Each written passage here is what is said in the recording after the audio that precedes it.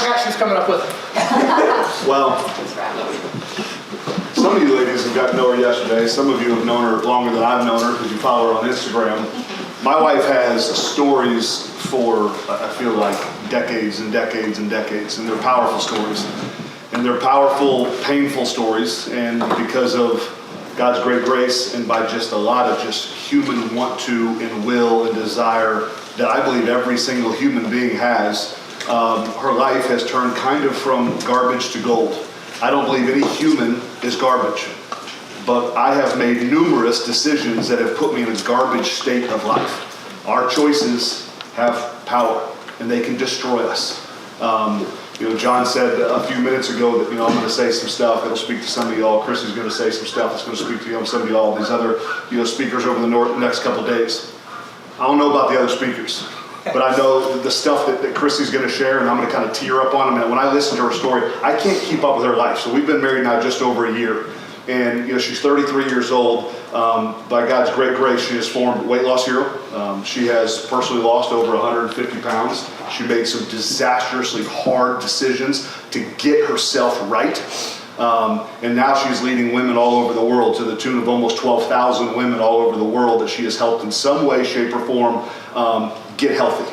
And so as I've gotten to know her over the last year and a half, I'm like, oh my gosh, if you were going to give her the floor to speak, it might be 18 hours if it was going to pull out all these power stuff that, honestly, my life has been a cupcake way of life compared to what she has. She's had hard upbringing. She's had heartbreak from mom and dad. She has a special needs brother that she's had to take full care of at times when that wasn't her responsibility. She has just had to pull herself up by the bootstraps numerous times.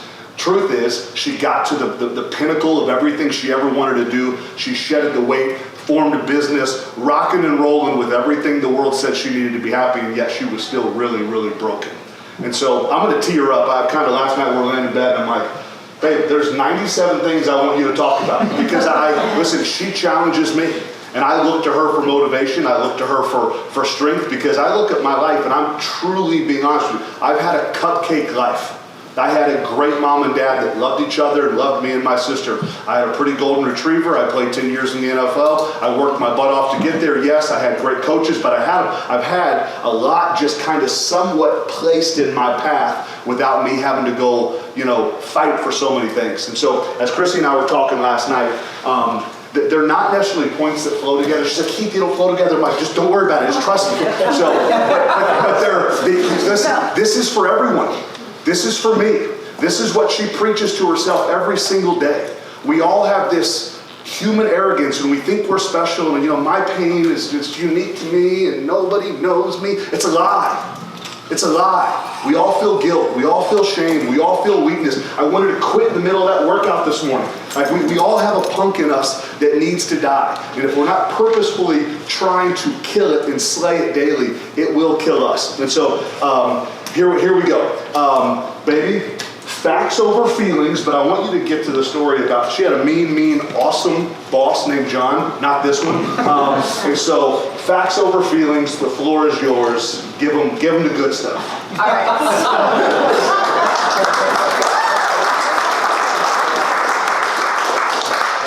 So I spent many years in corporate America, and the last job that I worked at, I was overweight. This is before I started my company. This is before I lost any weight. I'm a really good interviewer. And I got hired at this job, and they sat me down in my cubicle, and I found out in about 5 minutes or less of walking in that I did not know how to do this job. And I was sitting there like, this is the highest dollar amount per hour I've ever been offered, and I'm gonna figure this out. In fact, the boss he's referring to, he did my second interview. And on the second interview, he's like, I just want to let you know, we're really desperate, so we're probably going to offer you the job, but I don't think you're going to make it. So if you have a good job right now, I probably wouldn't take the job. She's like, oh. Meanwhile, I love this guy, John. I know. Well, it pissed me off just enough. And so I sat down and I'm like, who's this John fellow?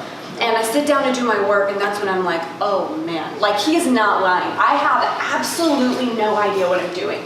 And this job was a job that like absolutely refined me. I feel like my life has been a series of fights. And I feel like every person in here has had a fight. Every person in here has probably failed in what felt like a really, really massive way. And I feel like in our lives, when we have failures, those things are either going to define us. So we're going to walk around and we're going to have this badge on our shirt, like I've gone through this hard thing and I'm a victim and I've got a lot of difficult things and that's why my life is bad. Or our failures are going to refine us and they're going to build us and they're going to make us stronger and they're going to make us better. And this job was a job I feel like I failed all the way to the top in a lot of ways.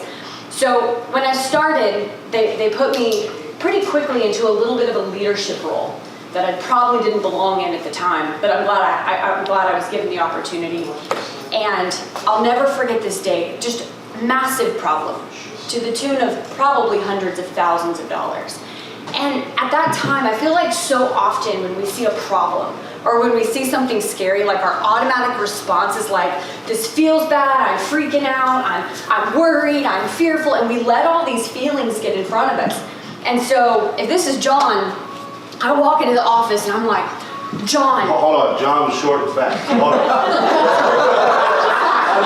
He wasn't fat, I just made that up. I walk into this office and I'm like, John, we've got major problems. And he just looks Get out of my office. He literally was like, yeah, I need you to leave and come back in and just approach me differently on this. And so I was like, oh, okay. So I'm like, walk back in, I'm like, I'm just gonna be a little calmer. John, we've got a lot of problems. And he's like, get out. And I'm like, what do you want from me? And this is how the relationship was.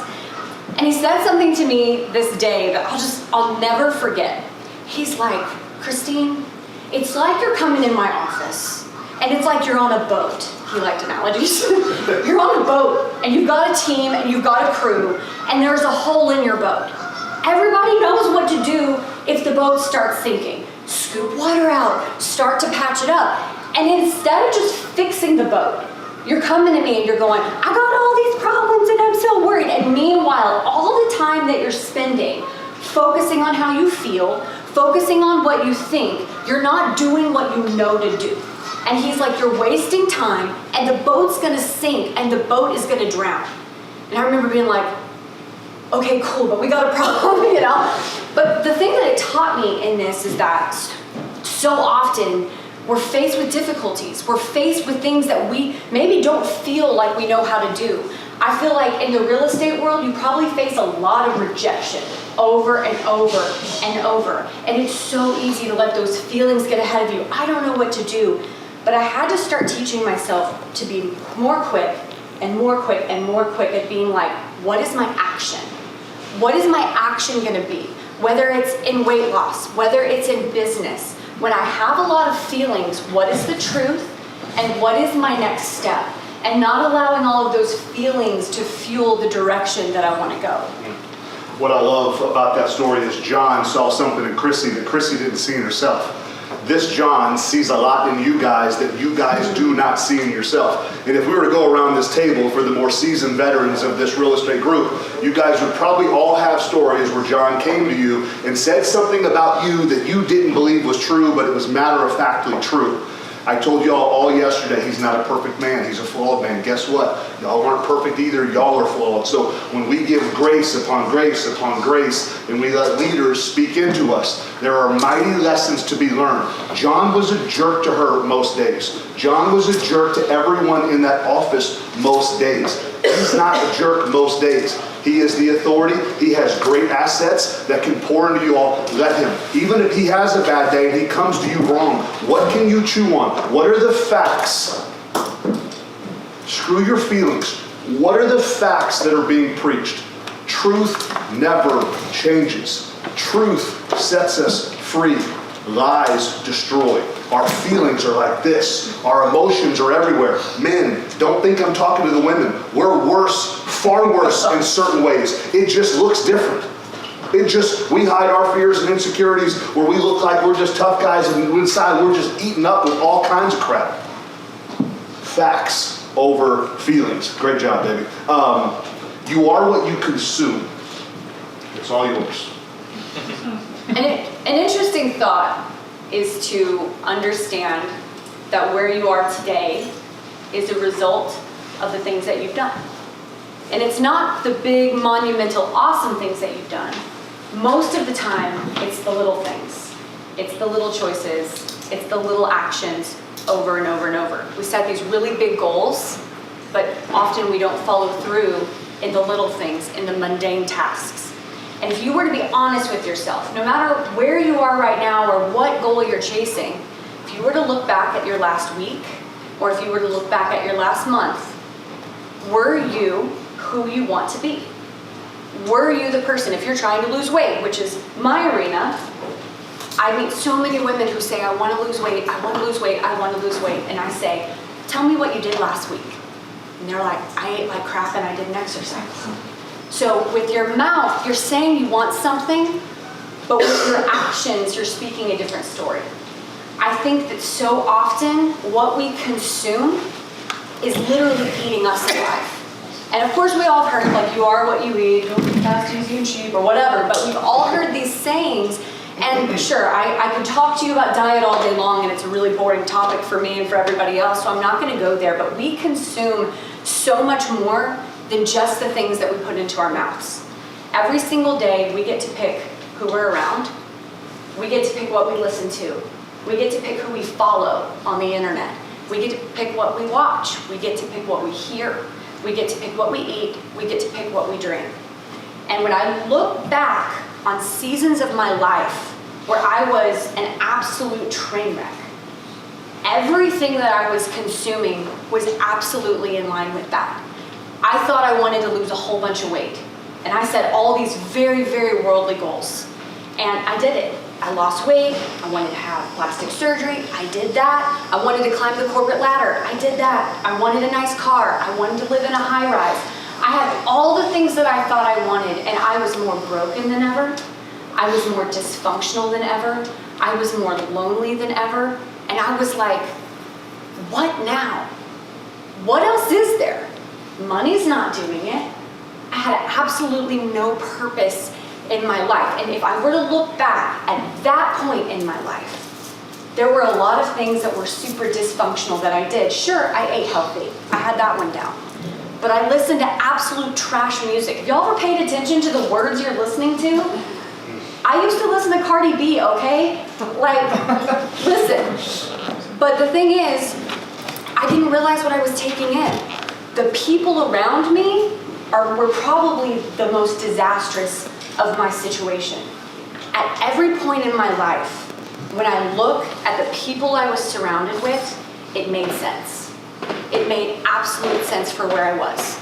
He would not have wanted to have anything to do with me 5 years ago or 5 years before that, because it's who I was. And we do attract who we are around. We pick who we are around. It was so interesting because as I started seeing any sort of worldly success, I started noticing patterns of behavior. We actually talked about the crabs in a bucket. Has anybody ever heard of the crabs in a bucket theory? No. What? It's so Give it to him, man. So excited. Give it This to is him. not mine, by the way. I just read it in the book that I just finished because of 75 Hard. I'd never heard of it like you. It's a great thing, and even on that, what we read, you know, that just made me think about reading that book. So often, we have people that hold us down. In fact, in my life, the very people that were discouraging me from losing weight, discouraging me from starting that business, were the very people I thought that would be like in my corner and so excited.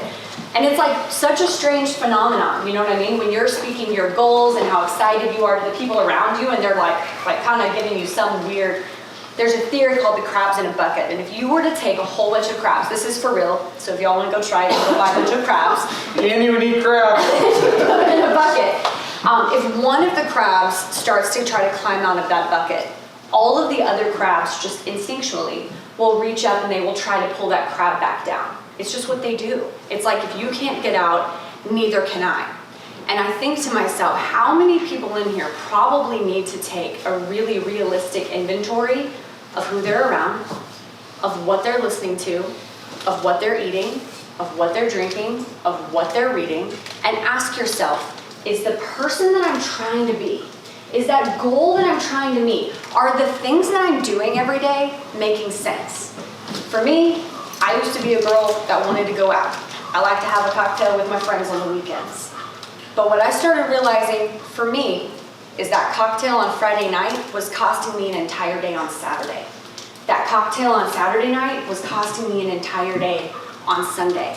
Going out was costing me decisions that I'm not proud of. It was costing me conversations and relationships that were destroying me and destroying the people that I loved. I would not have said that I had an alcohol problem, but I'd look back and tell you alcohol caused me a lot of problems. And so I had to start asking myself, what do I really want? Do I really want to be hungover all day on a Saturday? Or do I really want to chase this person that I feel like I'm supposed to be? It's not just about a dollar sign. It's not just about a title. It's not just about setting some kind of record in your business, but who is it that you're supposed to be? And are you waking up every single day and fighting to be that person by the choices that you're making? I watch her and listen to her every Monday and Wednesday night pour into women all over the country. And there are numerous things, you're like, dang, that's good, I'm gonna steal that.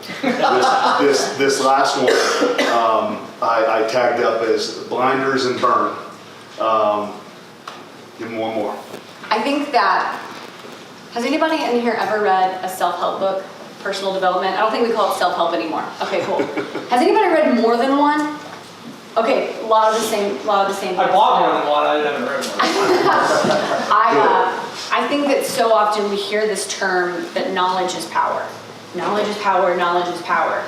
But there's this thing that happens when you find this new personal development book. You open the book about whatever problem it is that you struggle with, and you're gonna read the stories that this author is gonna say, and you're like, this is me.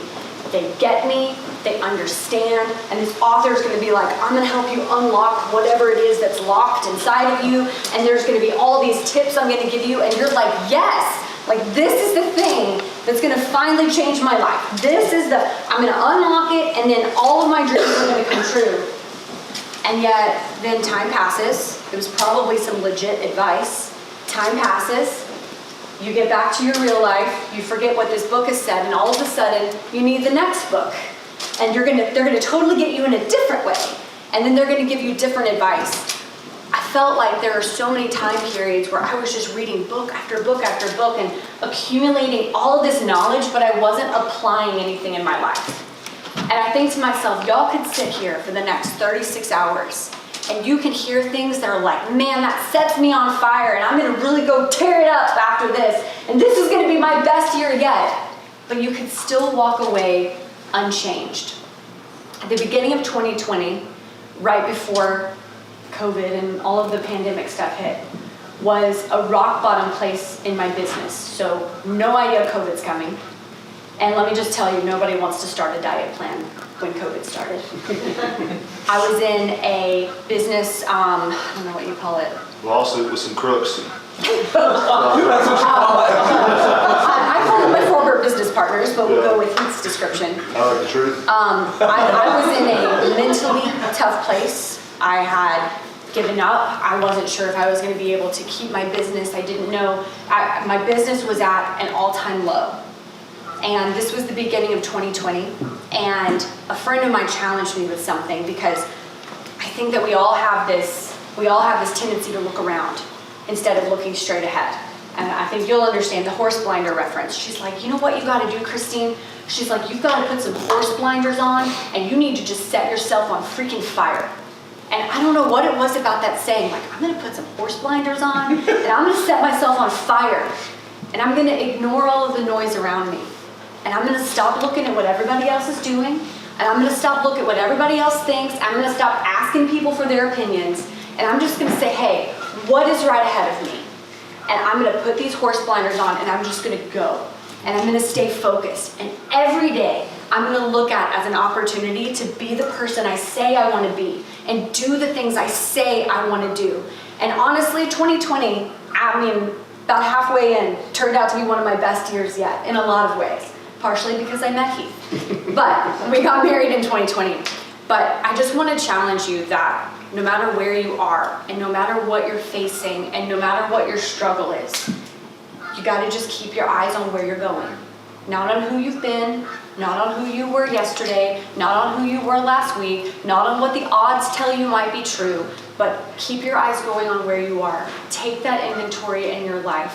figure out what those next steps are and keep walking that out step after step despite what goes on around you and despite how you feel. Good job, David. I love you. Love you. Give her a round of applause.